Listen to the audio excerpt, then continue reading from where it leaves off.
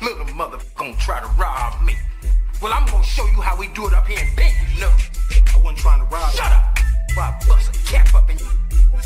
Now who sent you? So what's up? We standing tall in your short stuff. Yes. All nuts of the bullshit that you dressed up. Address us on scholarship, homie, knowing you're messed up. So fess up, you look for the best, knowing that that's us. So what's up? We standing tall in your short stuff. Yes. All nuts of the bullshit that you dressed up. Address us on scholarship, homie, knowing you're messed up. So fess up, you look for the best, knowing that that's us. Sword clown, know that it's over like it's the fourth down. We the source now. Hear a big bang with tanks on ground. More than the scrimmage, yeah, we forcing the sin, yeah, we pushing no limit. Leave the fight with no blemish. You the hometown, but you not receiving no privilege. We gon' do you bad, rape, rob, and pillage. But we nothing like the white man. I can see that you a big fan. Every time we go live, I see you in the damn stands. Watching and plotting, I see that you stalking a bit. Yes. Laughing at people, they seeing you taking Here's a the bit. definition of plagiarism. The practice of taking someone else's work and ideas and using them all as Crazy one's ass nigga, we the source. Yeah, we cite source. Spitting hot flames more hotter than hot sauce. Drummy ass nigga. All right. Y'all can see me clearly. All right, man. First and foremost, I want to give all praise and honor to Adonai Yahweh Shema Mashiach Yahweh Shai, the God of Abraham, Isaac, and Jacob. All right, so we're back. We're back to finish off the Torah portion. I believe we left off in Genesis 9. It was a powerful show yesterday. Just a wealth of information kept flowing out. We wasn't able to make it all the way through the Torah portion, so we here to do our reasonable service and finish the Torah portion.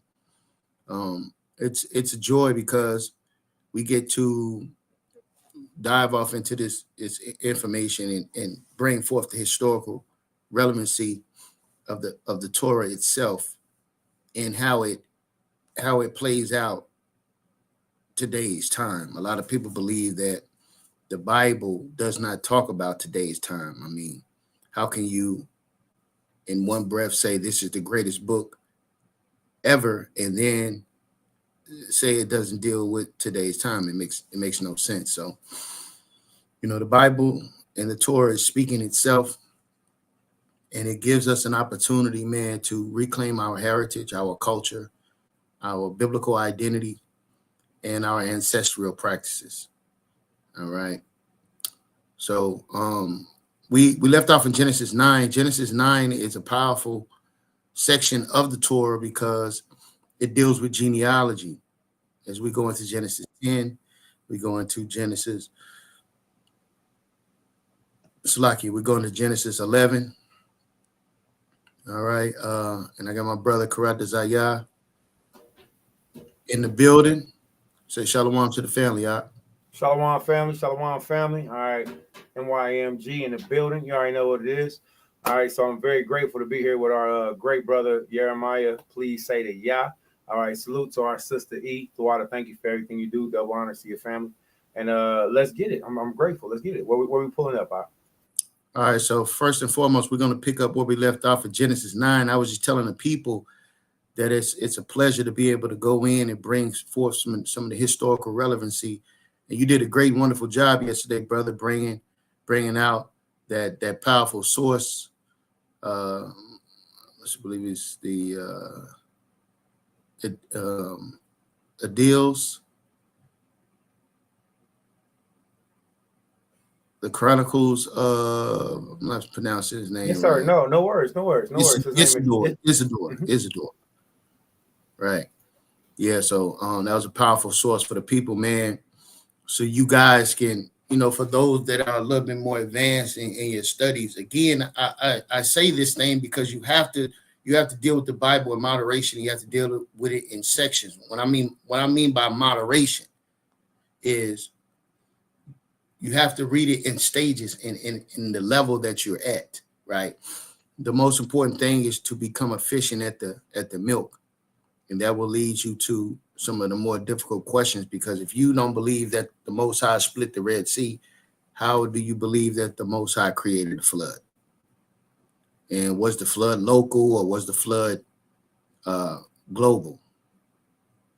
Right? Pun intended. So we're going to pick back up. Right. We're going to pick back up where we left off in Genesis 9. Again, Genesis 9 is a great section, and we're going to be dealing with certain doctrines that arise in the text. Let me see. Here we go.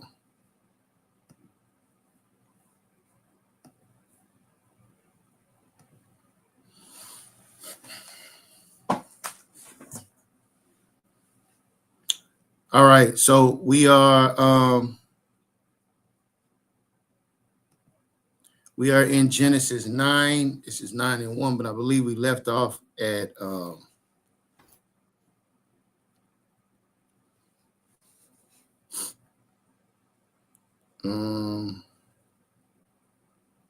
12. We'll pick up at 12. Yeah, Right? So yeah. there. Hey, man, yeah, if you don't mind, that'd be good, man. Please.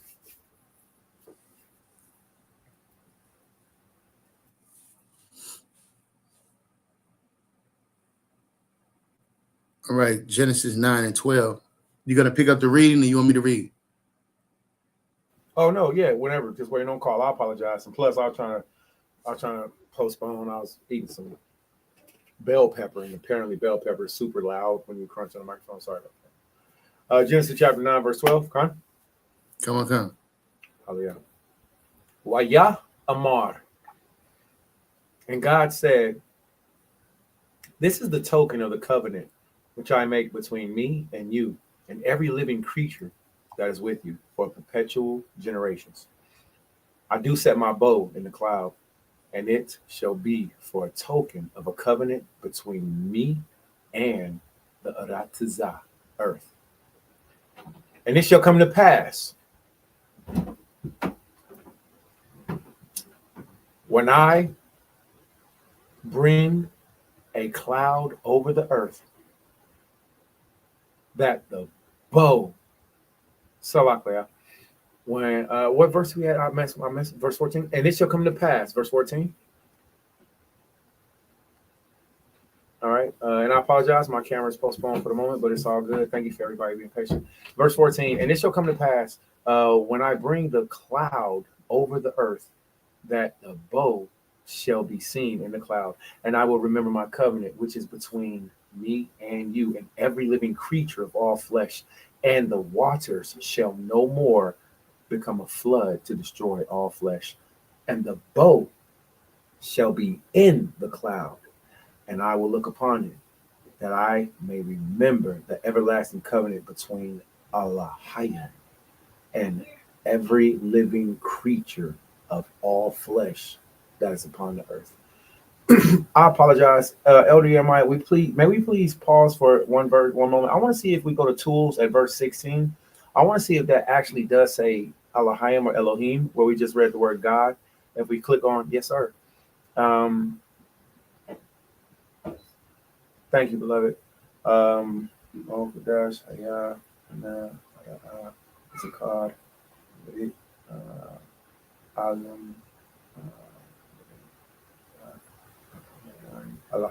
And thank you, sir. So H40, yes, sir. So our word that's there is Allahayim. Our word that's there is so-called Elohim. We say Elohim in modern. Thank you for being on deck. You're so on point, Elder. If you would like to, yes. If you would like to, yes.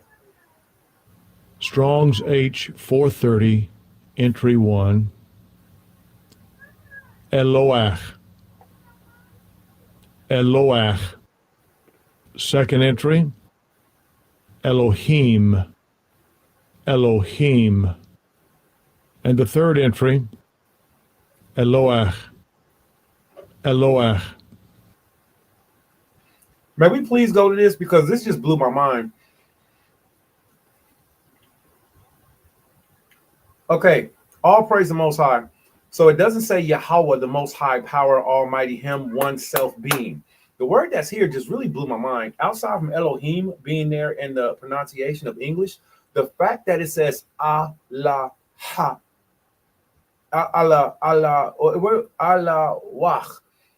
thank you, King. Allah ha yum is beautiful. Allah wa ha. That's beautiful, because it doesn't say Yahweh.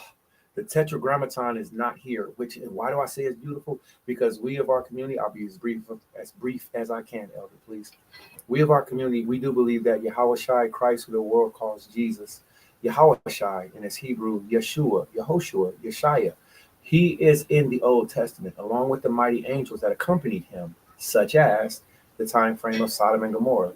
There were 2 angels who went to Sodom and one that stayed behind, that Abraham himself, our father of faith, even called him Lord and God. Point of saying such, this is beautiful because it shows us, may we please scroll down and I'll yield the floor.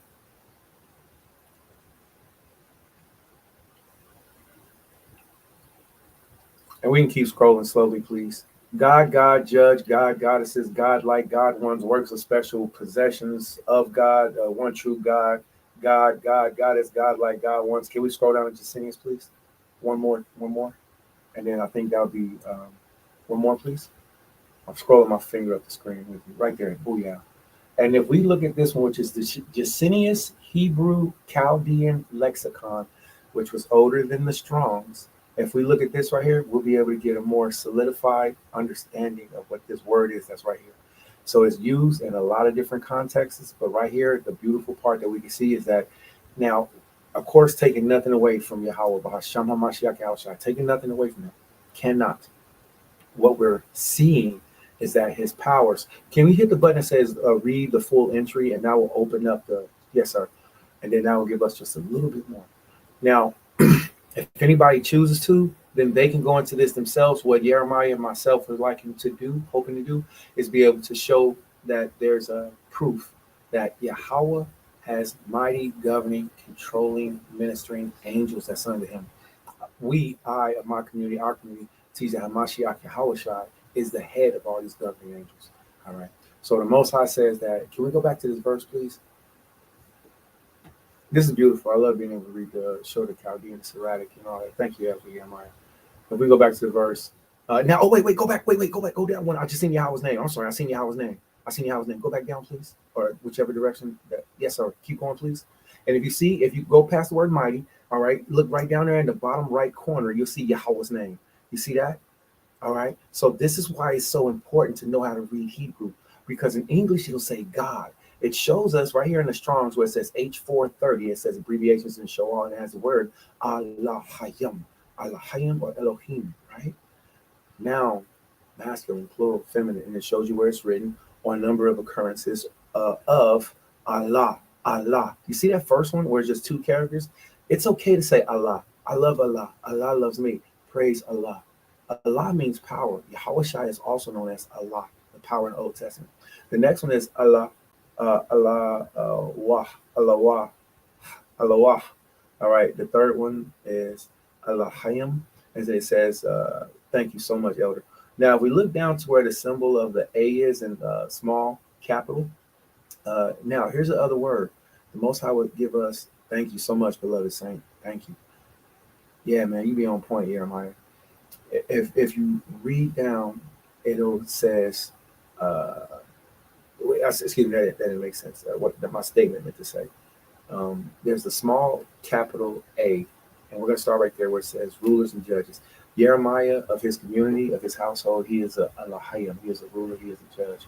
The Most High is with us, he'll be with us. They choose new Allahayim, new Elohim, new powers. This is an excellent example. Then was war in the gates. Was there a shield or spear seen among 40,000 in Yasha'alim or in Israel? So we chose new powers, Elohim. So here's an excellent example of where it's used here. All right. Can we go to the very last one? Excellent. All right. Excellent. Exodus 2. No, let's roll it, King. Exodus 22, verse 8. All right.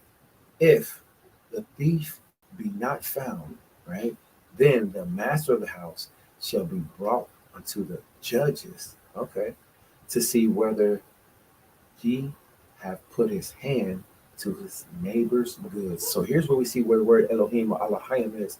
So the Most High said he will leave us powers. This is including elders, officers, judges, officers of accountability, Nagayad.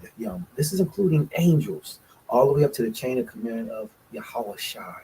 All right. So it's very important to see that, because especially for our Old Testament only friends, All right. For those of you who are learning Yahushua, it's important for you to learn this point, that if it goes for Christ our King, the angels, and even the men official officers of our nation, we are amalgamated guild formation militaristic society, and there is a chain of command that we follow, going all the way down to our households. See? All right. And then my last point is, can we just point on the tetragrammaton, please?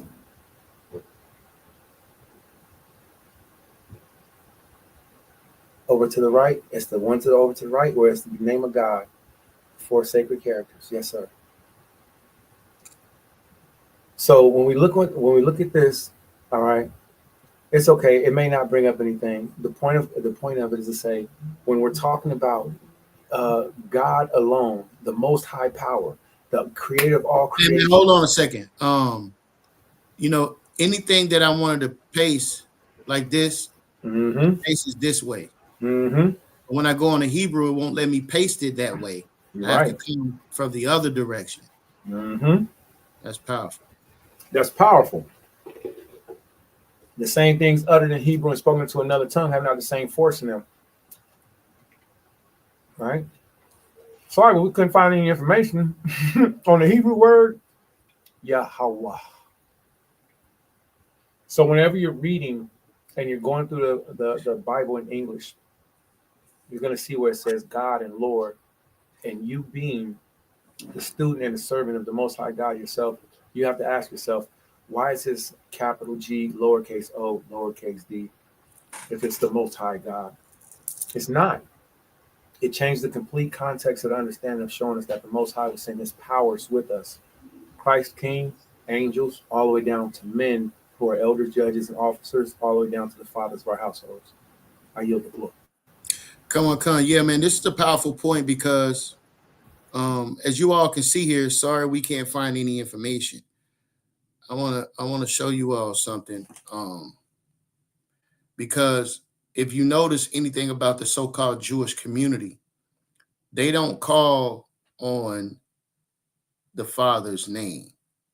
Hey, man, that's good. That's good. I didn't even connect that. Thank you, sir. Go cook, brother. Yeah, what they have replaced it with Hashem, right? And Hashem only means the name, right? And I want to show you. So I'm going to show you why this is, right?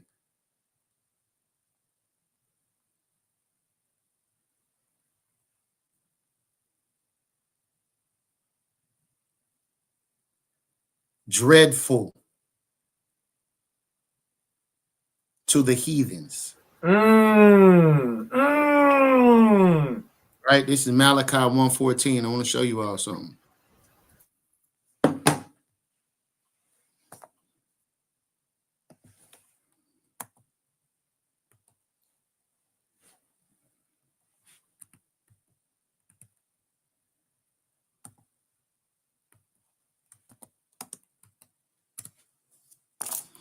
All right. So as we scroll down here, it says what? But Malachi chapter 1, verse 14. But curse be the deceiver which hath in his flock a male, and voweth and sacrifices unto Yahweh and corrupt things. Oh, yeah, that's it. For I am a great king, saith Yahweh of hosts, and my name is dreadful among the heathen. That's powerful. I got chills. And right there, and I apologize, and right there, oh yeah, that all capital Lord. When you click on that, oh, it does say his name there. That's powerful.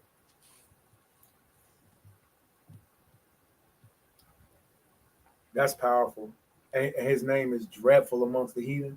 Oh yeah.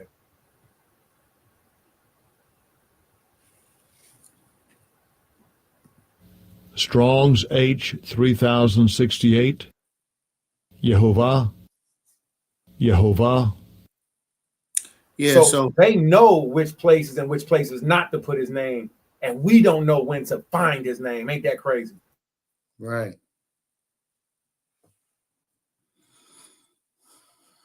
The existing one, the proper name of the one true God. unpronounced except with the vowel points. See? That's the only way they can say it. They have to alter it in order to say it. Why? Because it is dreadful unto them. Come on, bring it out. You understand? So I just felt that it was important to magnify the point. Another point that the brother was bringing out that was powerful in the spirit. Let me see here. Let me go back.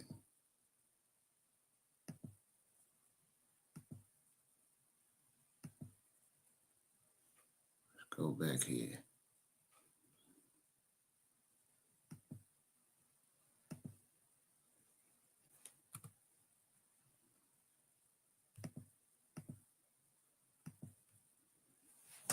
As we look at Genesis, it says that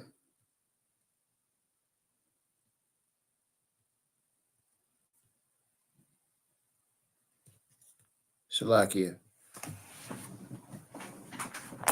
It escaped me right now, man, but the Most High, I'll give it back to me in a moment. But you had made a point concerning I'll think of it in a minute, man. But yeah, all praise and glory, man. Let's pick back up with the reading. I'm sitting here racking my brain, brother. What was the subject, man? What was the subject, Doc?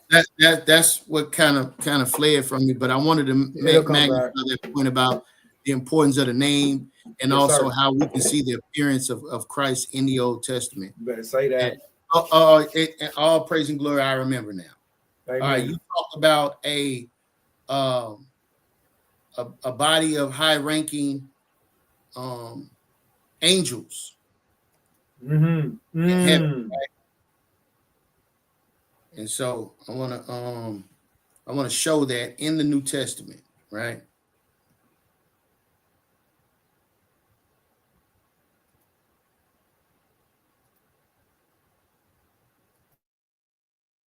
All right, so we're going to go to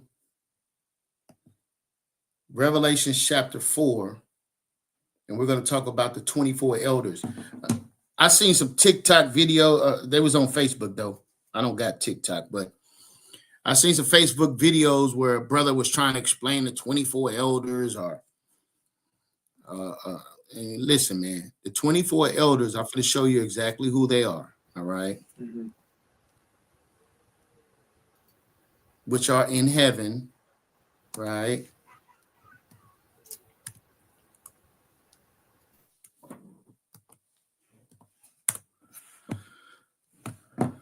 All right, this is Revelation 4 and 4. Book of Revelations, chapter 4 and verse 4. Round about the throne were 24 seats. I apologize about that. All right. And round about the throne were 24 seats, and upon the seats I saw 24 elders sitting, clothed in white raiment, and they had on their heads crowns of gold. So, in the Bible, it talks about these 24 elders in another Revelations chapter, and it calls them peoples. And a lot of people are struggling with this. Are you calling angels peoples? Of course, they are people. They're just not human. See? All right, so let's see what these 24 elders are, man. See what these 24 elders are. Alluding to your initial point, Karatazaya, right? Mm-hmm. So it says here, 24 seats. Is this the Greek? Yes. Okay. My Greek isn't as sharp as my Hebrew, but I will say this: if you play around with it, it does come to life. Like the Holy Spirit really does show you, and the words start to form. So it's beautiful. So I encourage everybody, listen to it, play around with it. You'll find something beautiful. All right. So in the Greek, it says Strong's G 4245. Presbyteros. Presbyteros. All right. Elders, old men. That's very important that you understand that. Elders, elder women. Right. So as we look at the biblical outline, Among the Jews, that's beautiful. Presbyteros. So presbyteros is Zaquanium. Presbyteros is Zaquan. that's All right. praise, presbyteros. Shalom, presbyteros. Shalom, Zaquan, presbyteros. Oh man, Shalom, give a salute to us. Call Hazar presbyteros. Salute to presbyteros. Oh, that's fire. All of the stories of Jews in the months ago. All of the stories of Jews. Salute to presbyteros.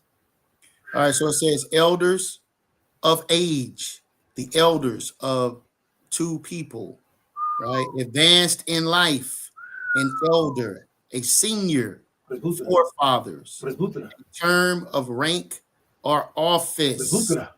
See, people be, Oh, that's beautiful. How are y'all, man? Well, praise, man. Bring that out. Great job, Presbyter. Presbyter YirmeYah, please say the right. So people be getting caught up with brothers that are not 50 being called elders or leaders. This term also applies to a term of rank, right? A term of rank or what? Office, right? So you can have a high seat in an office, right? So amongst the Jews, listen at this. Members of the Great Council or Sanhedrin, because in early times the rulers of the people, judges, etc., were selected from elderly men. Presbytera. Right. Two. Go ahead, brother. Beautiful. Right. Of those in whom separate cities migrated, managed public affairs, and administrated justice. Amongst the Christians, those who preside over assemblies or churches, the New Testament uses the term bishop, elder, presbyterians. Interchangeably. Right. So it says here what? These 12 members, this is what I want y'all to pay attention to. Who are these 12? That's 24, in heaven. 24. Yeah. So it says these 24, and threw water for that out. These 24 members of the heavenly Sanhedrin are court seats on thrones around the throne of God. Presbytera. Right. So these 24 elders are the high-ranking members, such as your Michaels, your Gabriels, right? So we're saying Yahushua is amongst them as the highest-ranking member under the Father. So this is the heavenly Sanhedrin. All right. I just want to make sure I brought that out, and I praise you to the Most High for bringing it back to my memory. Man, Khan. You don't learn today, boy. That's presbyteros. Salaklia presbyteros. I need to figure out how to say salak. Yeah, presbyteros. Yeah, so this is what in reference to what you were bringing out as we are reading in Genesis 9, right? So we're at the 14th verse.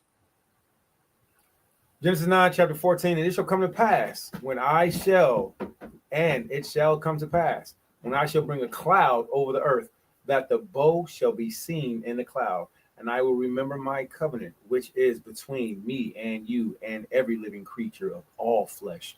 And the waters shall no more become a flood to destroy all flesh. And the bow shall be in the cloud, and I will look upon it. Yeah, this is why you can see the rainbow either before rain or after rain, right? Because the Most High is reminding everyone of this oath that he gave to the earth. All right. Read on. Genesis chapter 9, verse 16. And the bow shall be in the cloud, and I will look upon it, that I may remember the everlasting covenant between Elohim and ever living creature of all flesh that is upon the earth. And God said unto Noah, this is the token of the covenant which I have established between me and all flesh that is upon the earth. Oh, It's like I got to step to the side, Saint.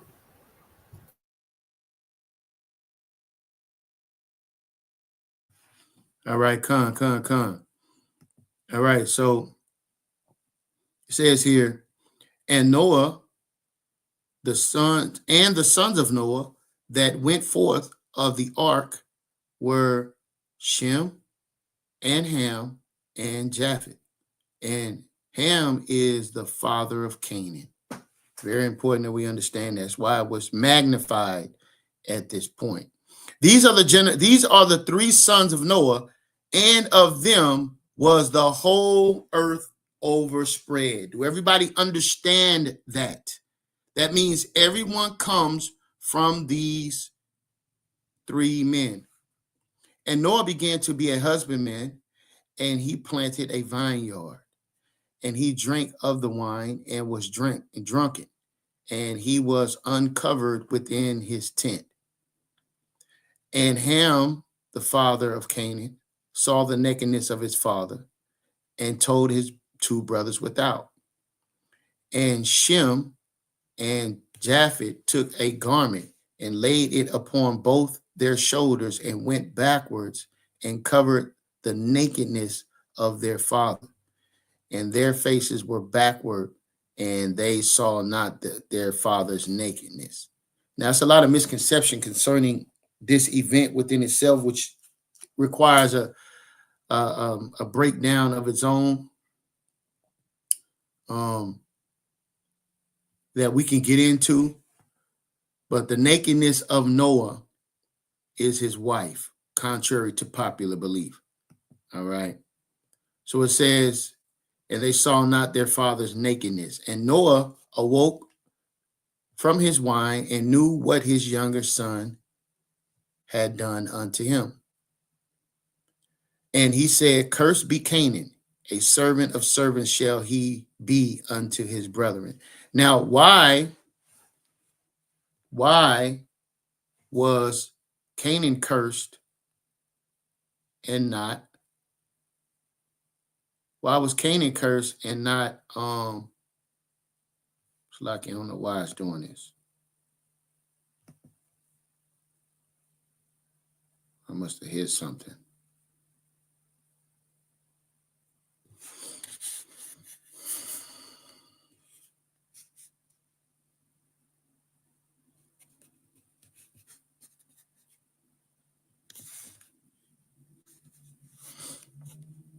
Why was Canaan cursed and not Ham?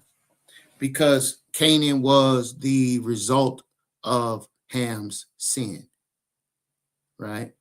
And Shem, Noah, and curse became in verse 26. And he said, Blessed be the Lord God of Shem. I had a conversation just the other night with one of my brothers about the Lord God of Shem.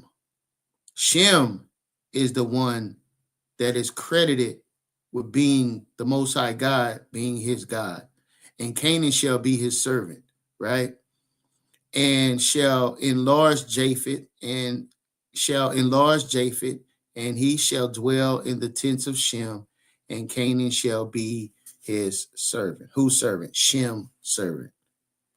And Noah lived after the flood 350 years. And all the days of Noah were 950 years, and he died. All right. Genesis chapter 10, verse 1. Now, these are the generations of the sons of Noah, Shem, Ham, and Japheth. And there were sons born after the flood. The sons of Japheth, Gomer, and Magog, and Medan, and Javan, and Tubal, and Meshach, and Taurus. And the sons of Gomer, right? Y'all not gonna get me in here butchering these names of these sons, right? But these are the sons here, right? By these were the isles of the Gentiles. Somebody want to, pigeonhole me to the law of first mention, which I don't agree with, right? Which is nonsense to me, because in which the way the Bible is written, it's a renacronym, redacted, because Noah wrote about this after this time. I mean, not Noah, but Moses wrote about this, is where we got the Torah from, when he went up to the mountain. So the Most High was revealing this information to Moses, and he recited it, right? So this is where some of the issues come if you're not familiar with the biblical text and narrative, right? So by the time you get to the Isles of the Gentiles, they said, well, only Japheth was called Gentiles. That is a lie. All right. In the Apocrypha and in Jeremiah, I believe it's 42 or 43. Actually, it's 46. Let's go look at it. Ham was also called Gentiles. I just want to cut that lie real quick, right? That's a thing. That's a doctrine that only Japheth are considered Gentiles by definition. Yes. Right. So let me cut that real quick. I don't know what happened to my screen and why it is doing the way this is now, but It looks fine on this end. I don't like it. I like it the way that it was abridged before.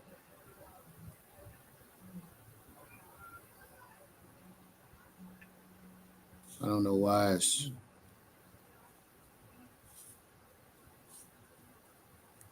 I don't know why it's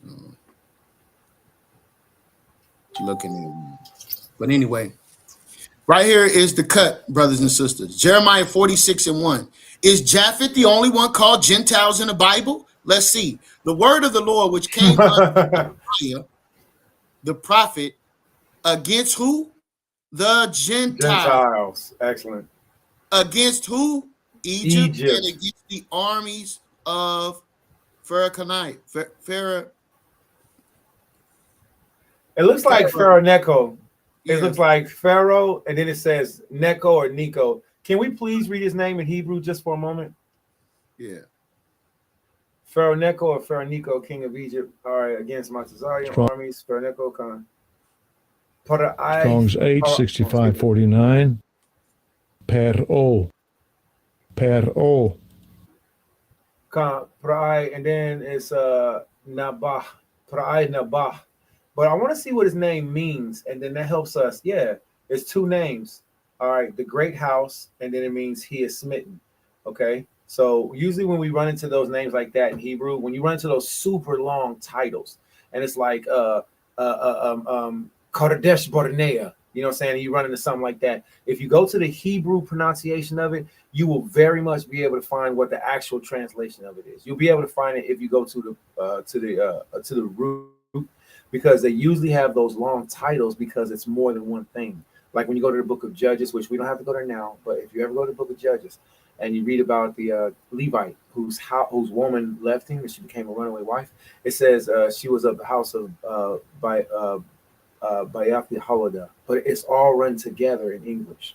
So this is a part of the vital importance of understanding why our language is like this and why YirmeYah and others like myself teach. Just take one moment, take a step back, and you'll get more understanding. The fact that his name is like this is an indicator that there's importance to it. Okay. All right. So if you don't mind, I yield the floor at the water. Thank you. All right. All right. So we have Pra'ai and then Nabah. All right. Pharaoh Nico. Thank you, King, so much. The Egyptian liberation, Pharaoh Necho or Necho. Yeah. The Egyptian king. Yeah. So if you ever run across this very long, confusing word, now you'll be more equipped. Don't panic, everybody. All right. We're all learning together. So we see that it's broken down to who this specific person is. Yeah, that's a good one. Pharaoh Necho. All right. Now I wonder what is this? And this is a study for myself later. what is the significance and who was he in history? This is why I would take YirmeYah's research from last night, and I will go to Isidore Chronicon, and now I'll see about his reign. And what wow, look at that, man. In the days of Pharaoh, I'm just gonna say Pharaoh Necho, or we can pronounce it in Hebrew, Para'ai. If you want to say Pharaoh, it's Para'ai, and then his name is Nakah. Para'ai Nakah.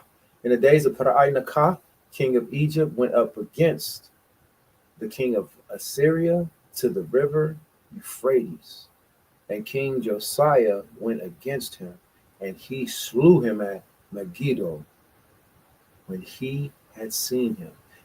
I know that's something there. I just don't know what.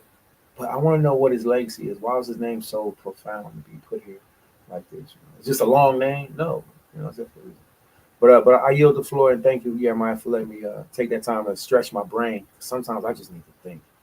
Para'ai Nakah. Pharaoh Necho. I'm prepared now. I'm ready, King. Para'ai Nakah.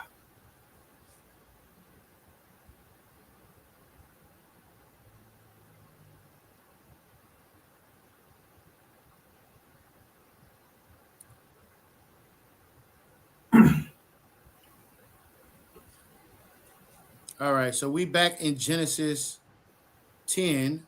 Amen. Right. Back in Genesis 10. And I just wanted to magnify this point about the Gentiles. Well, brother, the first time you see the word Gentile, listen, family, the word Gentile means Goyim. Thank you. Let me magnify this. Just cut him, Mark. Just cut him. Cut him. Just get it out the way. Time is too short. It's high time, Mark. Just cut him. Strong's H 1471. Goy. Goy. Now, what does this mean? Huh? Nations, heathens, Gentiles, peoples. See? So, whenever you see peoples, you're going to see the word goy or goyim. Yum is plural, right? Goy and goyim, right? So, if I have a man at the front of my gate and I'm standing in front of Karat Zaya's house, I would run and tell him, "Hey, brother, you got some goy at the front of your gate." If there's a group of men, I would say you have some goyim at the front of your gate, right? So this word goy, root word, means nation, heathen, Gentile, people. Everybody needs to understand that first and foremost. It's very simple. So Japhet isn't the only one that's considered to be Gentile in the Bible. Right. Okay. Right. Because they think that there's a difference between Gentile and heathen. They think Gentile are good people and they think heathen are bad people. No, the word goy means heathen and Gentile. Wow, they're synonymous, interchangeable. Wow. All right. So when you hear brothers on the street corner talking about you heathen, right? Understand this. It's goy in the Hebrew. All right. Nation, people, usually of non-Hebrew people groups. All right. Of descent of Abraham of Israel. Right. Or a swarm of locusts. Negro try to use that. Here's goyim right here. Nations, goyim. Right. So I just wanted to magnify that point real quick as we're dealing with someone making a claim the only Gentiles are Japhet. That is incorrect. All right.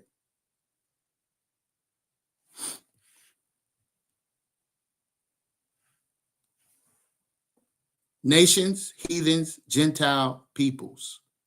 All right.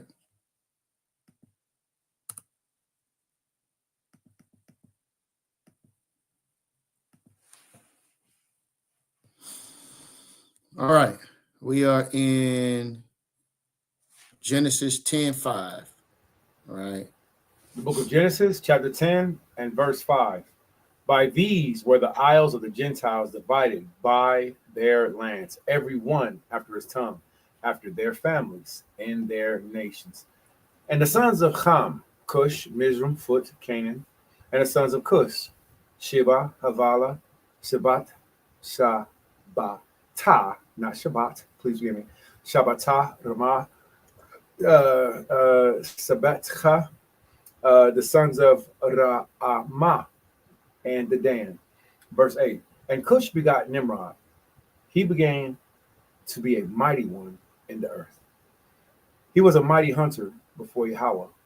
Therefore it is said, even as Nimrod, the mighty hunter before. We have to scroll down. All right. So I have another brother that I talk to regularly that said, since this said, Nimrod, he began to be a mighty hunter. Let me see. Verse 9, he was a mighty hunter before the Lord. So since it says he was a mighty hunter before the Lord, that made him righteous. No. He was in agreement with the Most High. He was a servant of the Most High. He just didn't get it. That's all. Right? The question is, what was he hunting? Right. Right? And he established something that has been heavily reproduced throughout the annals of history and is still produced to this day. What was he hunting? He was a hunter of men. He created something called cities. Come on, man. This man is on fire. I'm out of here. I'm out. And these cities, brothers and sisters, was an attempt to galvanize the people to come together so that they will be more easily controllable. And ideologies, doctrines can permeate through the people more easily, and more people can be indoctrinated. All right, with lies and deception. All right. He was a mighty hunter before the Lord. Therefore, it is said, even as Nimrod, the mighty hunter before the Lord. And the beginning of his kingdom was Babel. Come on out. The water, thank you for being patient. And Ekrit, and Achad, and Kalnah in the land of Shinar. Verse 11. Out of the land went forth Ashur, and he builded Nineveh, and the city Rehoboth, and Calah. Salaki, let me add this right here real quick, right? Let me turn my screen on because I got this history, right? Bring it out. So I got this book here called the Samaritans. Now this is a great book because it actually goes into the land of Sumer and the ancient land of Babylon and the ancient land of Akkad, right? Which is what we see here, right? So in these lands, I apologize. Can you bring us up a visual on a map if you have a moment? Can you bring us up a Google image of where that would be physically? Like just the same words, you know what I'm saying? Please. Come. Daite.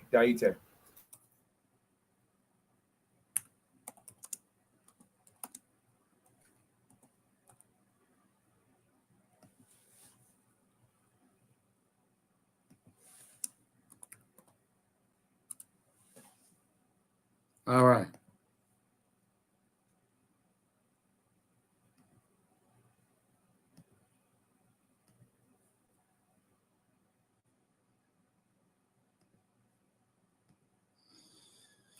All right, so this would be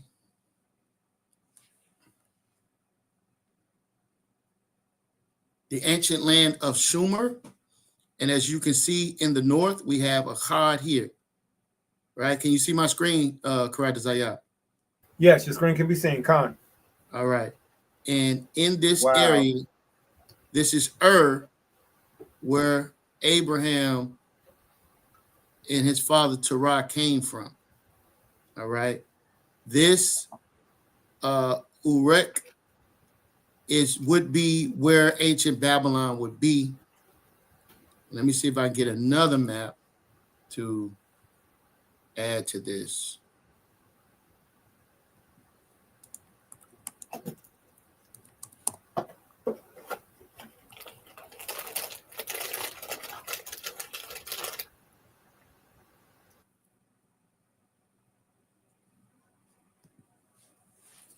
All right.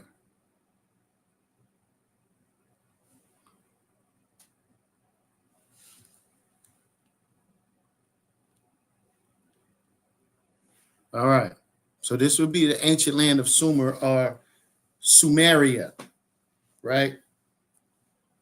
Yo, are you sharing the screen? Are you sharing the one screen that just says the land map, the land of Sumer map, or are you sharing a different screen? It's not up. Oh, it's not up there? No, Okay, sir.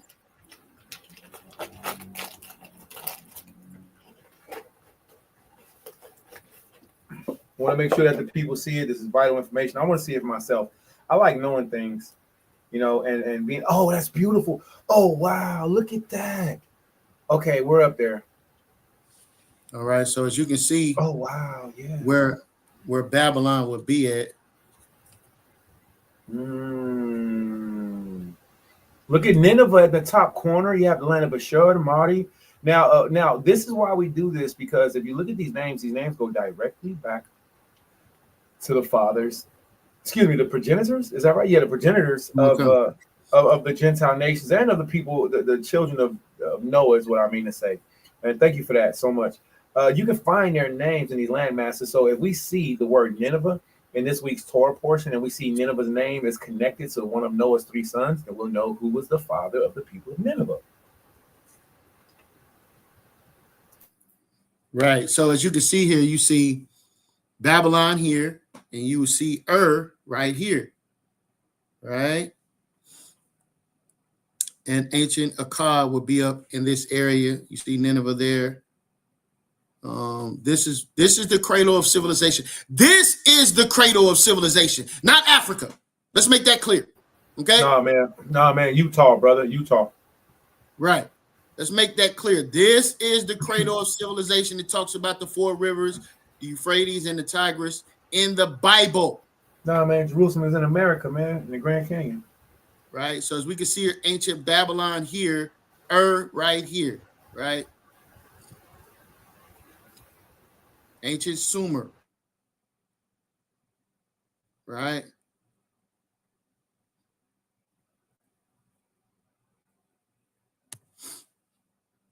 Heavily populated, and later everything else became populated. They said this is where you see Turkey, modern day Turkey, which in antiquities was called Asia Minor. Right. This is where in the region in which what we talked about yesterday about Noah's Ark, and then came out of Turkey and settled here in this region, and then Nimrod rose up. This is during the time of Noah and Shem, and then Nimrod rose up and traveled to the east, right?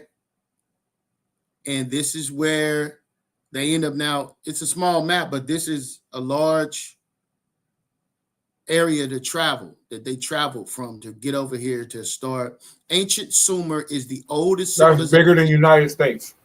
Right. The ancient Sumer is the oldest civilization in the history of mankind. While people running around talking about the earth is 9 billion years old, okay? Ancient Sumer only goes back 4,400 years. Okay. So this was the region of the cradle of civilization, and then they spread forth after the Tower of Babel, which we're about to read about now.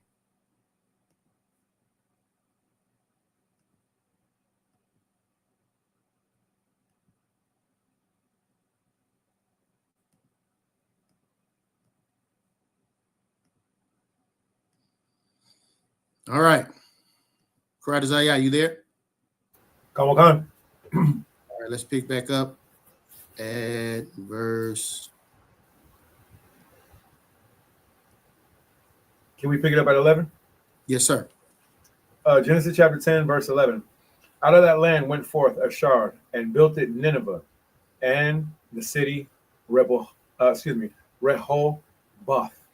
and Calah, 12, and Rezin between Nineveh and Calah. The same is a great city. And Mizraim begat Ludum, and Anamim, and Lahabim. What a lot of people don't know is that Mizraim or Mithraim is the ancient Egyptians. Amen. Bring it out. The ancient Egyptians is Mithraim, the son of Ham. All right. This is why Africa in antiquity used to be called Kemet. Kim, Ham. See? The land of Ham. All right. Mithraim are the ancient Egyptians. Read on. Man, you did that Ham pronunciation so good, boy. I almost dropped my plate. Kanak, I have a great teacher. His name is Karat Desaya.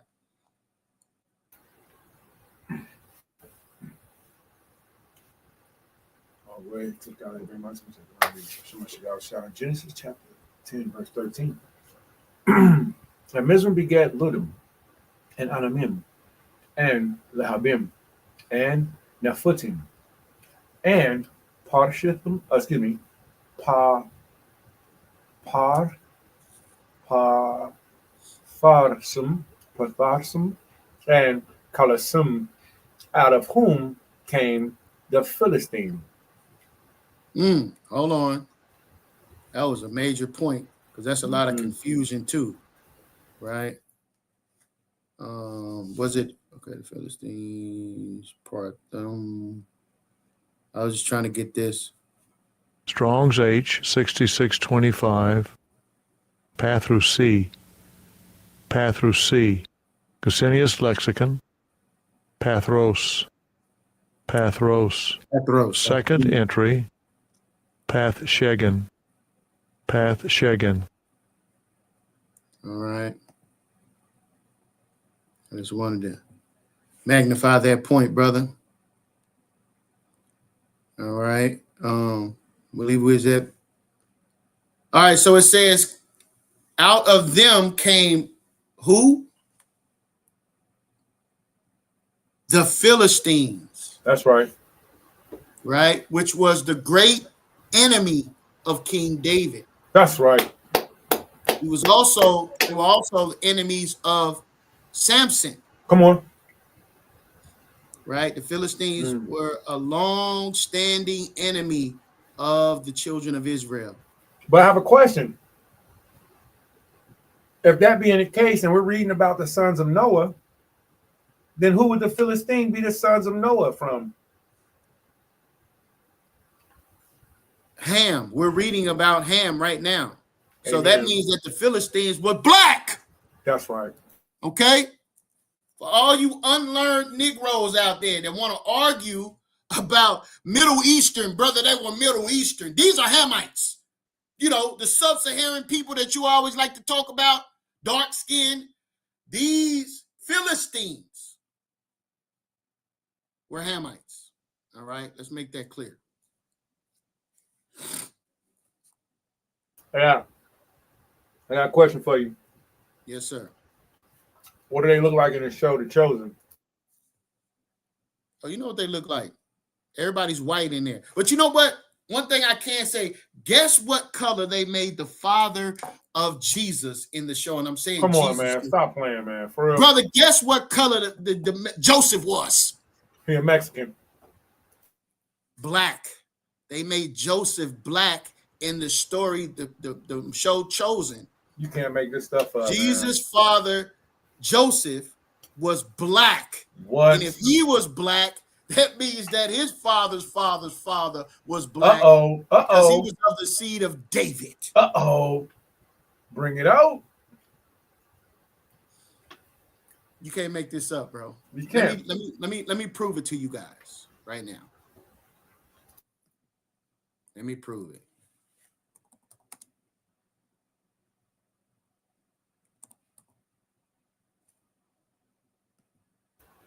They're like, we're gonna make somebody black in here. Anybody but Jesus. Anybody but Jesus. Anybody Anybody but but Jesus. Crazy. Let's send a subliminal. We'll make Joseph black. Right. Right. That's a good catch, YirmeYah. That's a good one. All right. That's a good one. That's a good one. All right. Right. Let me show y'all this right here on the screen real quick. All right.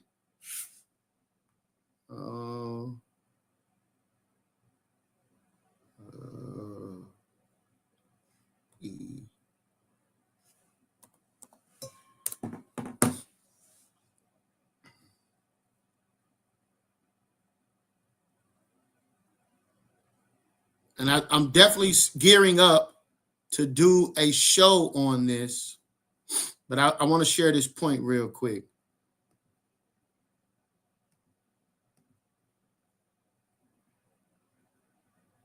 And the man had dreadlocks. You hear me? This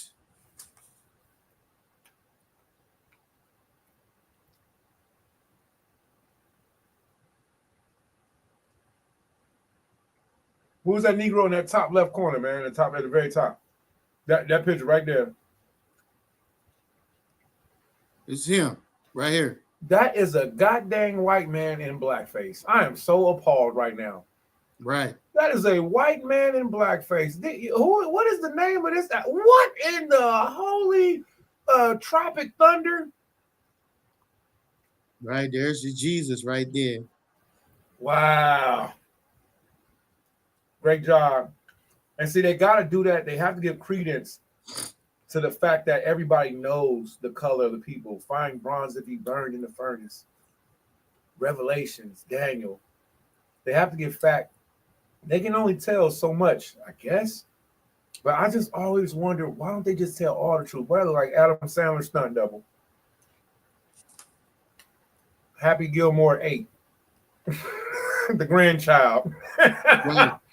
Well, one thing I can say, that's my movie. Don't you do it? Yeah. That's my movie. That's one my thing movie. I can say, boy, the way they made the way they made Yahushua and the disciples show up in that movie was so powerful in the spirit, man. Mm-hmm. We can't show no clips here, but man, if you seen the Book of Clarence, oh man, yeah, they had Yahushua's brother in there. Don't do it. I have a whole party just to invite everybody over just to watch the Book of Clarence, just to take the doorknobs off. Right. No, we don't watch the movie. This movie fire. Hallelujah. Heaven say hallelujah. What? Hey, what did Yahushua say in the Book of Clarence? He said, one of you niggas is snitching. Yeah.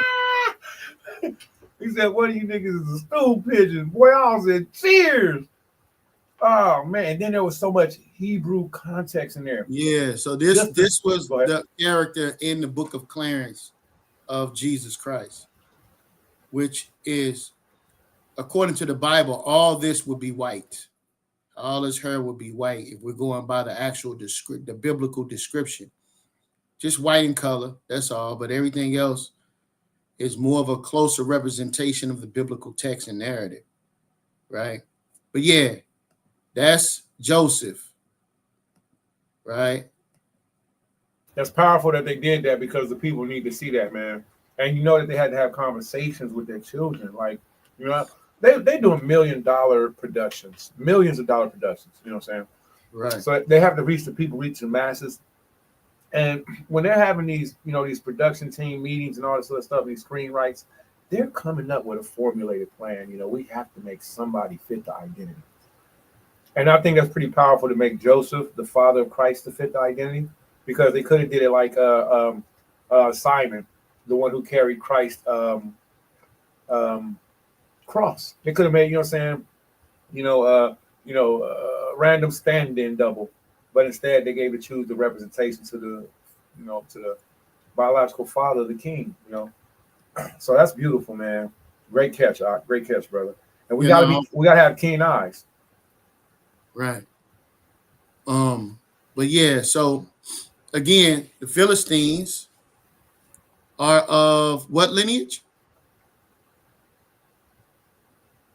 The Hamites. All right. They're Hamites. Let's look at this real quick. It's beautiful.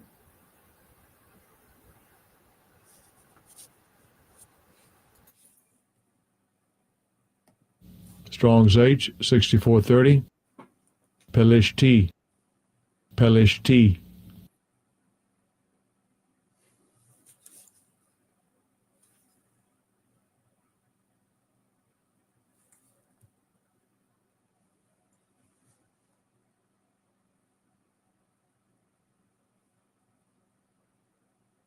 Wow, look at that. No, it don't say immigrants.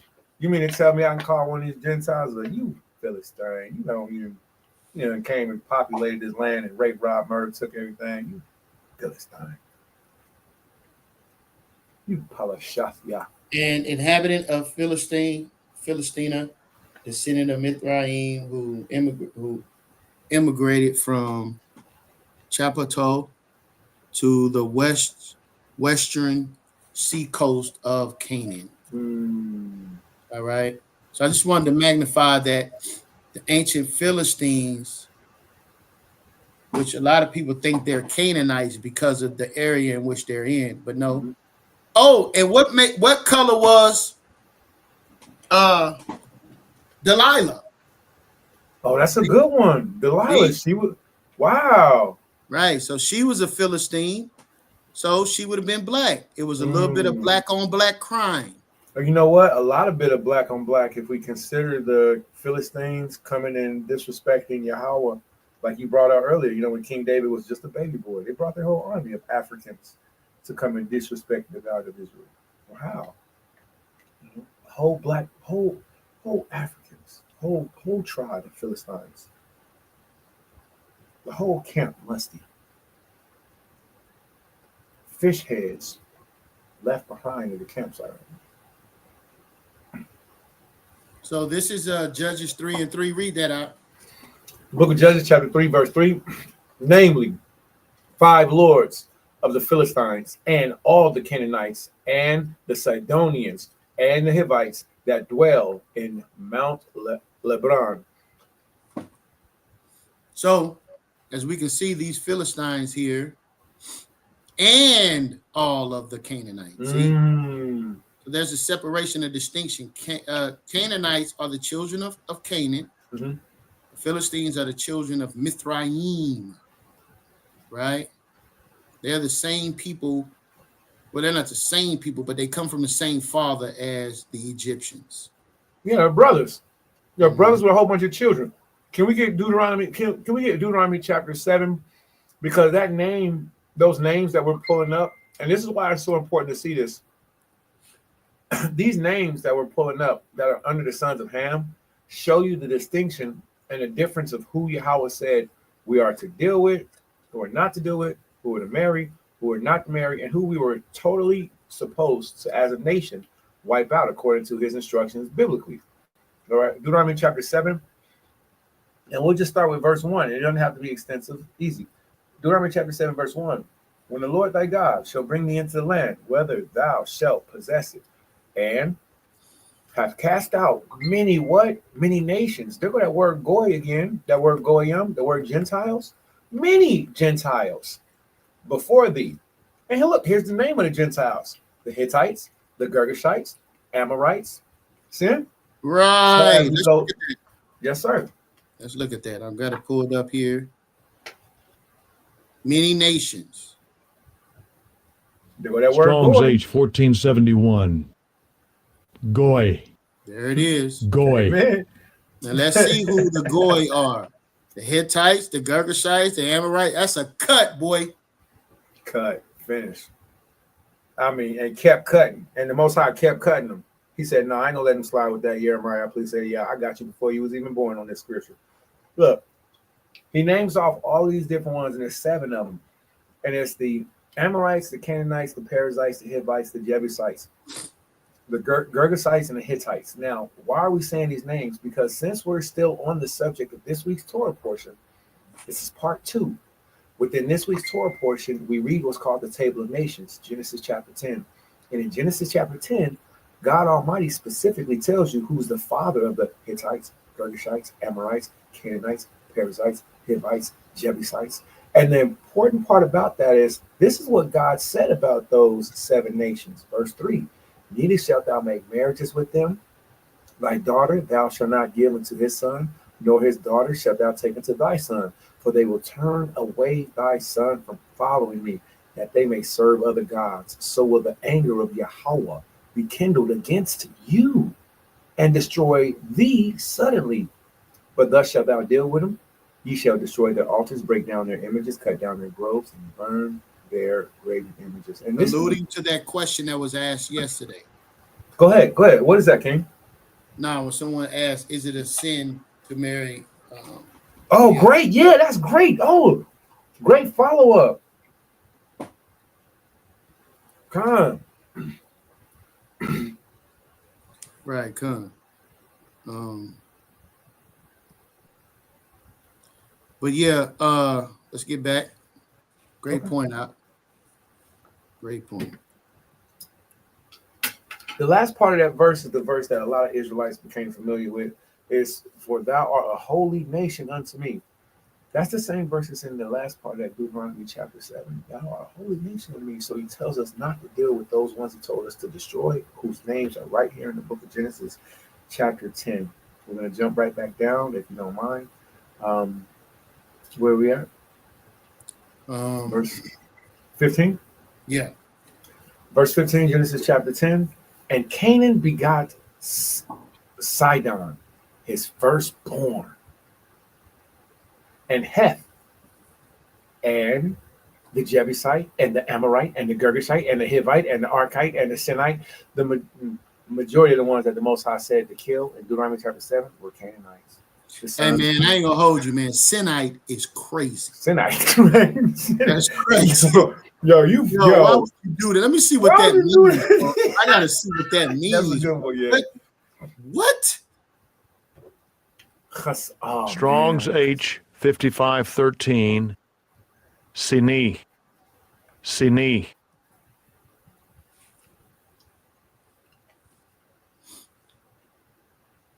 All right. Sinite, see sin, thorn, or clay, the tribe of the Canaanites, described from Canaan, inhabiting the northern part of Lebanon district.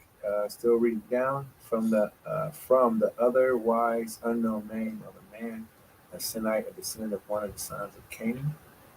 All right. Can we see what Justinian says on it, please? Yes, sir. Sinite, of a nation near Mount Lebanon. There's the verses where Strabo mentions the town of Sinna. Jerome, you know what? Chatayim is our Hebrew word for sin. So Chatai, if he would have named his son Chatayim, but English being the word sin, okay, and Sinai, I can see that. Yeah, but that's crazy work, man. In another language, but if it would have been Hebrew, it would have been like the same things other than Hebrew. Your father named you Chatai, brother. Right. Well,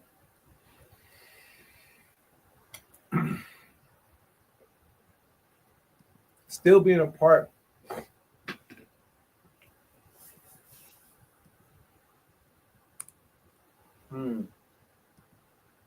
I just see another word in there. Genesis chapter 10 and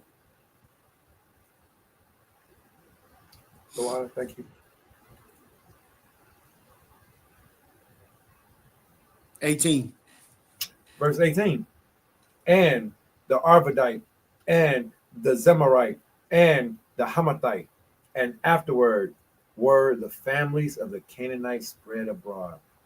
And the border of the Canaanites was from Sidon as thou comest near Gadad unto Gaza, as thou goest unto Sodom and Gomorrah, and Admah and Zeboim, even unto Lasha. If we can magnify verse 19,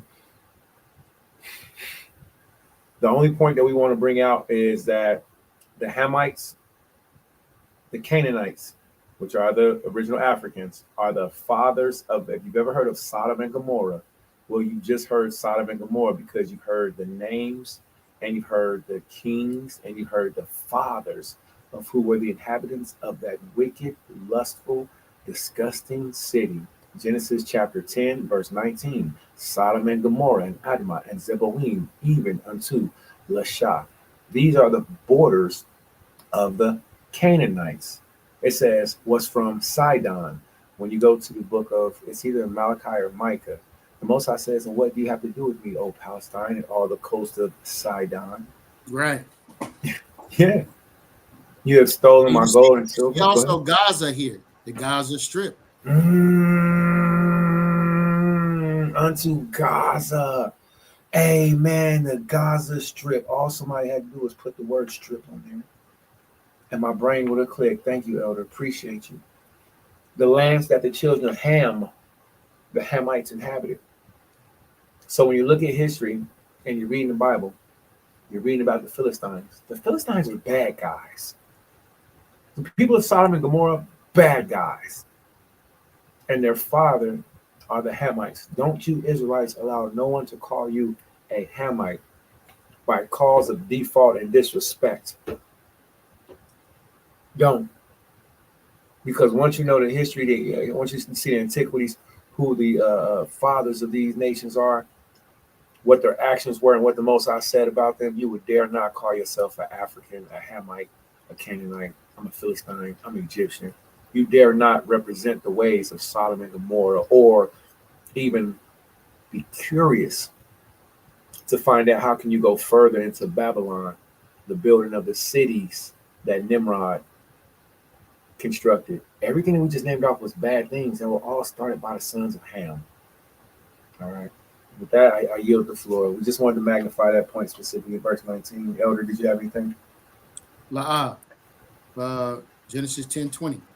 The book of Genesis chapter 10, verse 20. These are the sons of Ham after their families, after their tongues, in their countries, and in their nations. Verse 21. Unto Shem also, the father of all children of Eber, the brother of Japheth, the elder, even to him were children born. The children of Shem. So, Laki, in 1 second, I want to bring this out because I made reference to this yesterday about Eber. Excuse me, please. Strong's H 5677. Aver. What you got for us, Chief? This is where the word Hebrew comes from. Eber or Hebre. And it means the region beyond. People like he who crossed the river. We're only going off of what's given us here, right?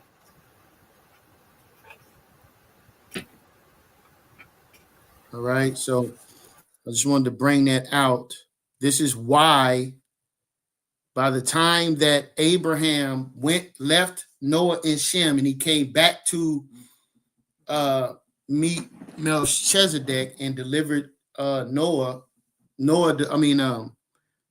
Abraham delivered Lot. Eber was the Melchizedek at the time of the birth of Jacob, right? And Abraham was also called Abraham the Hebrew. All right. Hey man, that's good. Can we scroll down just one more time before we leave that? Just one more time, please. I won't be very long with it at all. I'll try not to. I just learned something right there. Boom. Come back up, please. Just the very beginning of the Strongs. Right there. The region beyond Eber. And this is beautiful. Who can deny that we are not the people from the region beyond? Who can deny that we didn't come across on those slave ships, those cargo, torturous holes? when somebody asks your nationality, you don't have to say, "Oh, I'm African American." See, they gave us all these names. You can give your own stuff. Your name has already been there. I'm from the people from the river beyond. That's beautiful. Thank you for bringing that out, Elder. Once I seen that, I said I got it.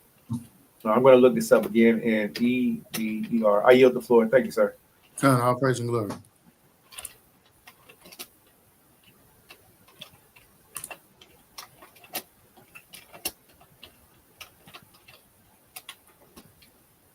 All right, family. So we're dealing with genealogy. We're trying to give you a chronography as we're going through these areas and region. Let me show you all Sidon and Tyre on a map.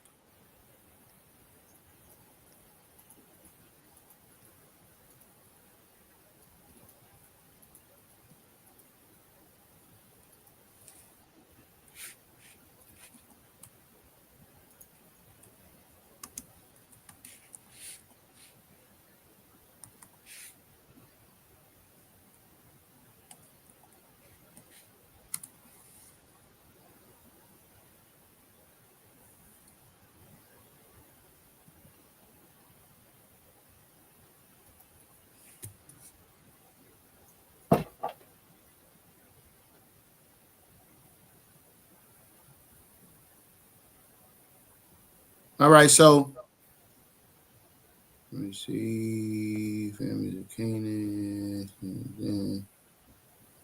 Philistines.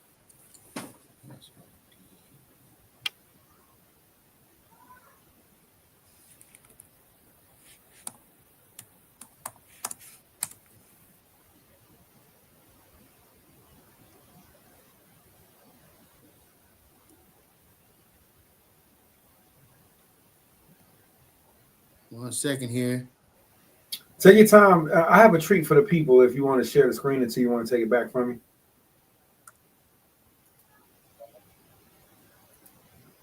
I'm going to start my screen share, and then whenever you're ready, just go ahead and pull it back. All right. If you can, please. Thank you so much. All right. So, everybody, this is called a book. This is called a book. That was funny. This is a book called Etymologies. This is Isidore Seville's other book. He wrote many books. This is other book called Etymologies. All right. And in the book Etymologies, you can find out the names of the apostles, their true name meanings, the names of, we're here because I want to look up Eber. You can look up the names of the angels and all that other good stuff. But this is just one section of his Etymologies books. And YirmeYah, whenever you're ready, just pull the floor, brother. I'll be ready.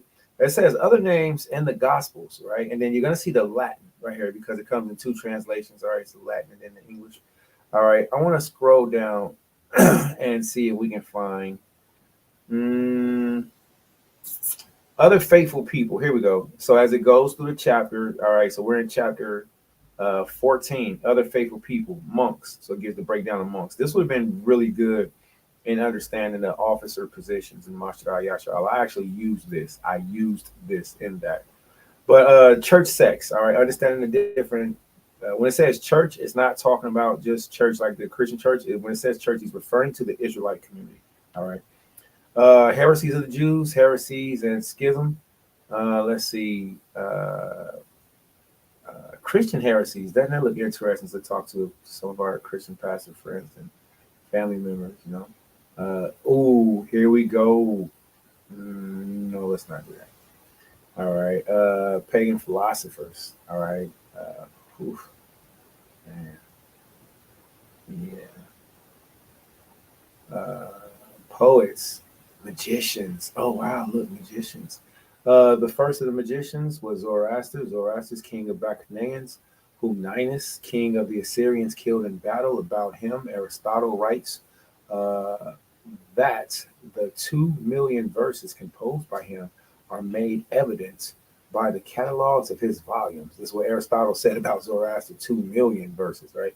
Then you have Democritus, all right, expanded this art after many centuries when Hippocrates also flourished, which is where you get the Hippocratic Oath from. Isn't that something?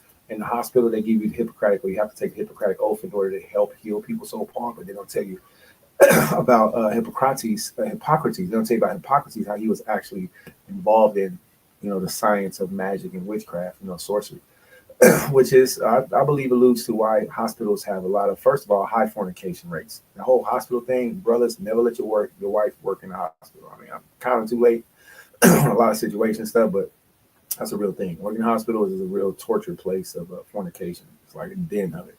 But then you also have all the witchcraft that happens in there, child sacrifices and things and such. But anywho, Democritus expanded this art after many centuries, when Hippocrates also flourished with the discipline of medicine. Among the Assyrians, the magic arts are abundant, as Lucian bears witness. And then that's where you can actually find some information. All right, so there's that you would just tickle yourself if you continue to read down. But let's find some more. All right, here's information on the pagans. All right. Okay. There's something I could do. Let's do this. I want to get to the next checkpoint. All right, I'm going to get to the next checkpoint. Okay.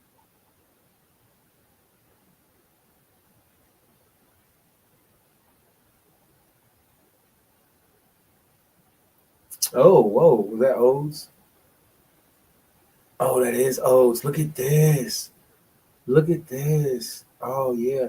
So some people don't know about this, which a lot of us don't. So there's a book that's called The Odes of Solomon, right? So, yeah, man, wow. You can find that the Odes are mentioned, but I'll digress from that.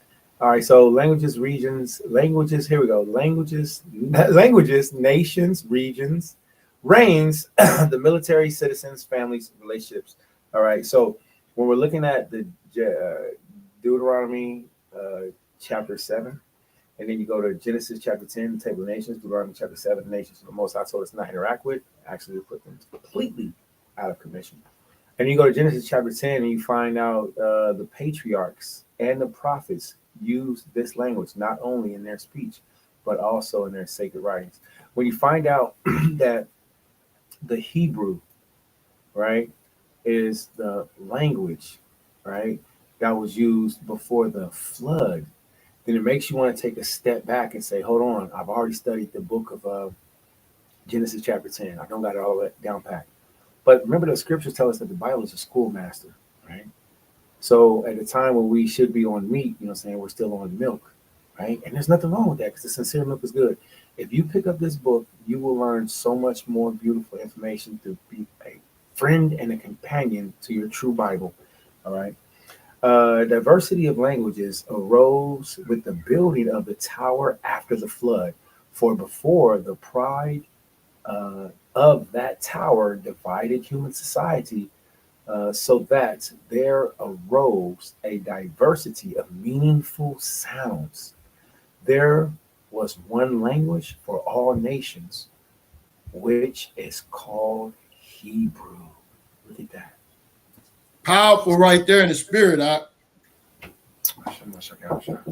Khan, I'm going to yield the floor if anybody would like more. Elder YirmeYah has that information. Is that Seville? Yes, he is, my lord. Powerful in the spirit. There we go. How do you know the first language was Hebrew? It also says it in the Bible. At that time, the whole world was of one speech. And then we close the Bible and walk off on it. It's right there in the at that time, the whole earth was of one speech. It's like, oh, what, that one speech was Hebrew. I yield the floor. But we have our antiquities writers who tell us the same, and they help us also, and they help us also. I yield the floor. Would you like to read on, or we want to go to the next part? Now you can bring out the next part, because we're about to read. We're about to transition into Genesis 11 right there. Amen.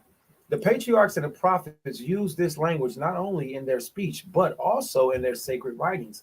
But at the outset, there were as many languages as there were nations. And when more nations than languages became, because, excuse me, let me read that again. And then more nations than languages, because many nations sprang from one language stock. The term languages, YirmeYah, is used in this context for the words that are made by the tongue. And here's the word for tongue. You have lingua, all right? According to the figure of speech by which the thing that produces its name after that thing is produced. Thus, we will say mouth for words. As we speak the letters, we form as a hand. Whoa, that was heavy, man. That was heavy. I have to turn the light on in this bedroom, man. Let me leave this with you real quick. YirmeYah, man, can you help explain this to me and everybody else, brother? I'm gonna leave that with you right there. Come, read it again, Baba Kashai. I'm sorry, I have to leave the room for a moment. I'll be right back. The term languages is used in this context for the words that are made by the tongue, according to the figure of speech by which the thing that produced is named after the thing that is produced. Thus, we will say mouth for words. As we speak of the letters, we form as a hand.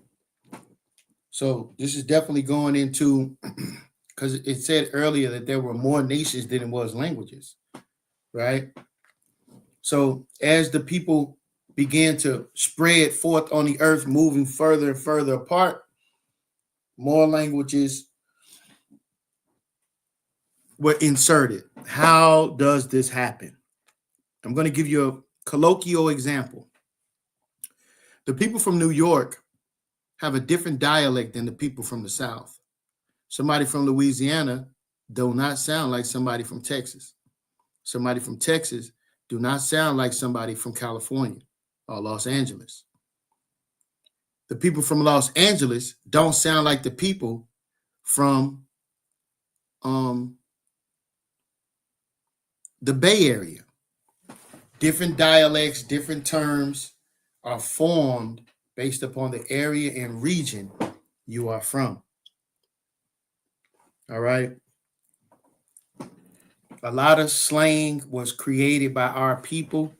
So if you know and understand that, one of the most popular linguists is E40.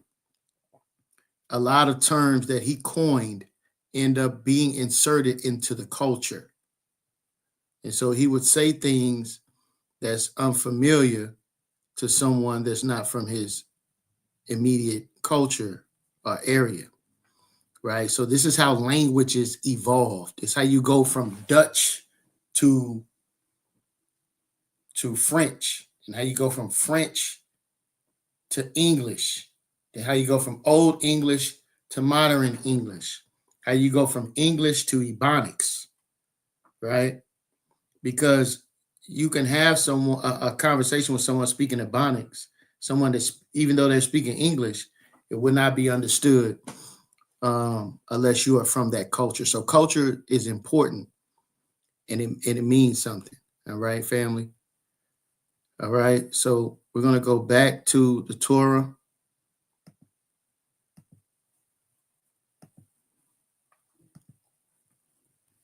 All right, so as you can see, it makes mention of all the sons of Eber. This is Genesis chapter 10, verse 21. Unto Shem also, the father of the children of Eber, the brother of Japheth, the elder, even to him were children born.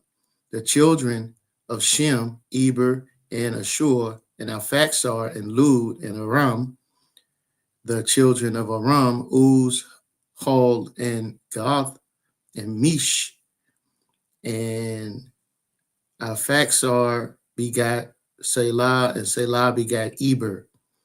And Eber were born two sons. The name of one was Peleg. Peleg was very prominent. You definitely can read up about him. For in his days were the earth divided, and his brother's name was Joktan. right? And Joshua begat Ahmed and Shelah and Havamatha and Jerah and Karatazaya, you back? I'm Yeah, butchering I'm it. back. Yeah, you're doing great. And that's the thing. Everybody, salute to you if you've ever had to read this. All right, you're doing great, Elder. I want to encourage everybody, whenever you read the book of Genesis, chapter 10, you're doing all these names, take away in your head take away all the vowels. If you read this and just pronounce this like a baby, you'll get probably 75% of the words, of the names right. Look at verse 27. It says, Hadaram. Don't worry about sounding funny, everybody. When you get to Hadaram, just take away the hey Doram. Don't worry about all that. Don't confuse yourself, everybody. Sound like a baby. When you get to verse 27, Hadaram and Azal and Dakala. Because you know it's not going to be Dikla. Dikla. It might be Dakailam. You feel me? So just yeah. So if you Oh. practice, yeah, right? Super, right? So if you pause, I mean not pause, you got me. So if you try to read this as a child and take away the vowels and just read it as a consonants, don't worry about sounding wrong. You'll be more than likely close to the accuracy. So verse 28, everybody, it says, and Obal and Abiel and Sheba. See all of those see, and Ophar and Havala and Jobab. Now there's an interesting one, Elder. Jobab is interesting. All these were the sons of Joktan, and their dwelling was from Mesha, as thou goest unto Shephar. See, a mount of the east. These are the sons of Shum, after their families, after their tongues and their lands, after their nations. These are the families of the sons of Noach, after their generations and their nations. By these were the nations divided in the earth after the flood. Kalashra, Debar Yahweh, Na'isha, Banashemai. All that the Lord has said will we do and hear. Con.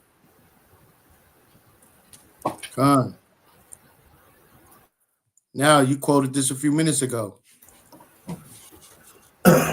Genesis chapter 11, verse Achad, verse Come 1. on. Come on. And the whole earth was of one language and of one speech. And it came to pass, as they journeyed from the east, that they found a plain in the land of Shinar, and they dwelt there. And they said one to another, go and let us make brick and burn them thoroughly. And they had brick for stone, and slime had they for mortar. And they said, go to, let us build us a city and a tower whose top may reach unto heaven. And let us make us a name, lest we be scattered abroad upon the face of the whole earth. And Yahweh came down to see the city and the tower which the children of men built it. And Yahweh said, behold, the people is one, and they have all one language. And this they begin to do. And now nothing will be restrained from them. Now this is a They great have to be opportunity for us to go back into that Seville, because this was right on task, powerful in the spirit.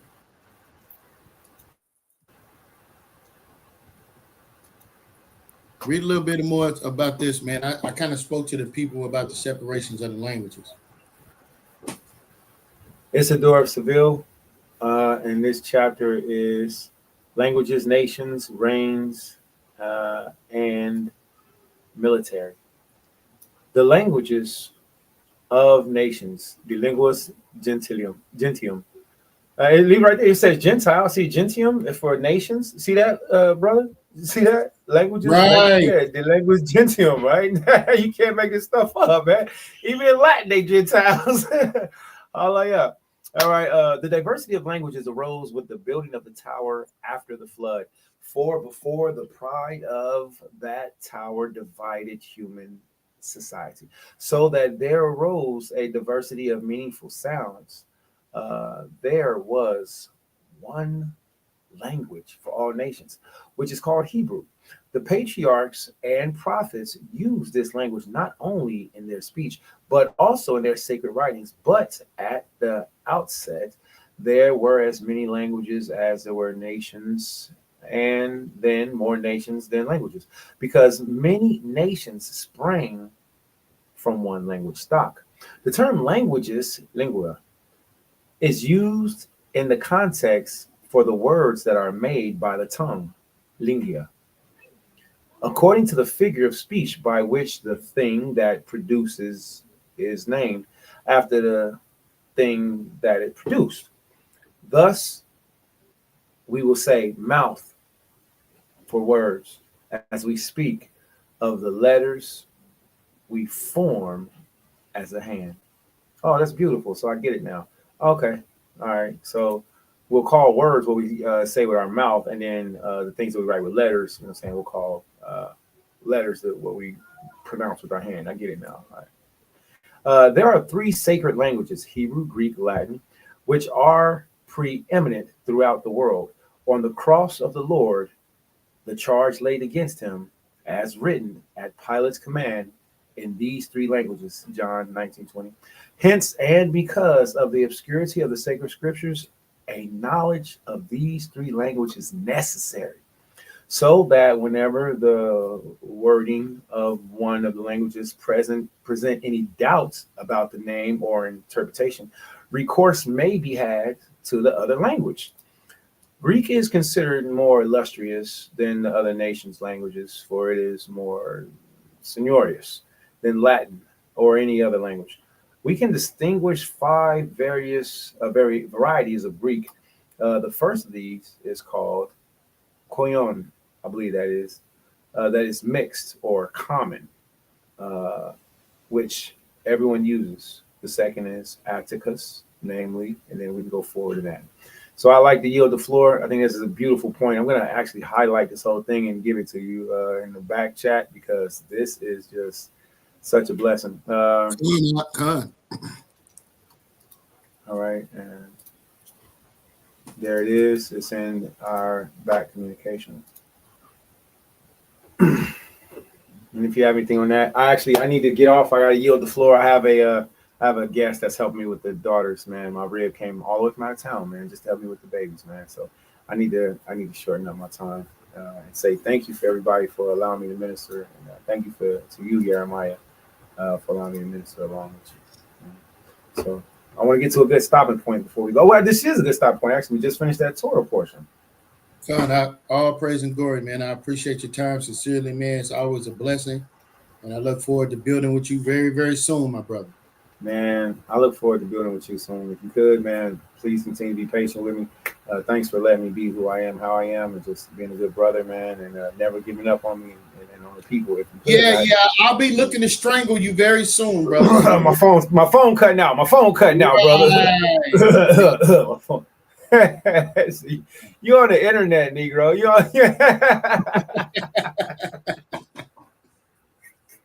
All right. Peace and blessings, man. I appreciate it, brother. Hey, man. Thank you for everybody, and salute to the Sister E and the whole family. All right. Shalom, peace, and blessings. Thank you for letting me join.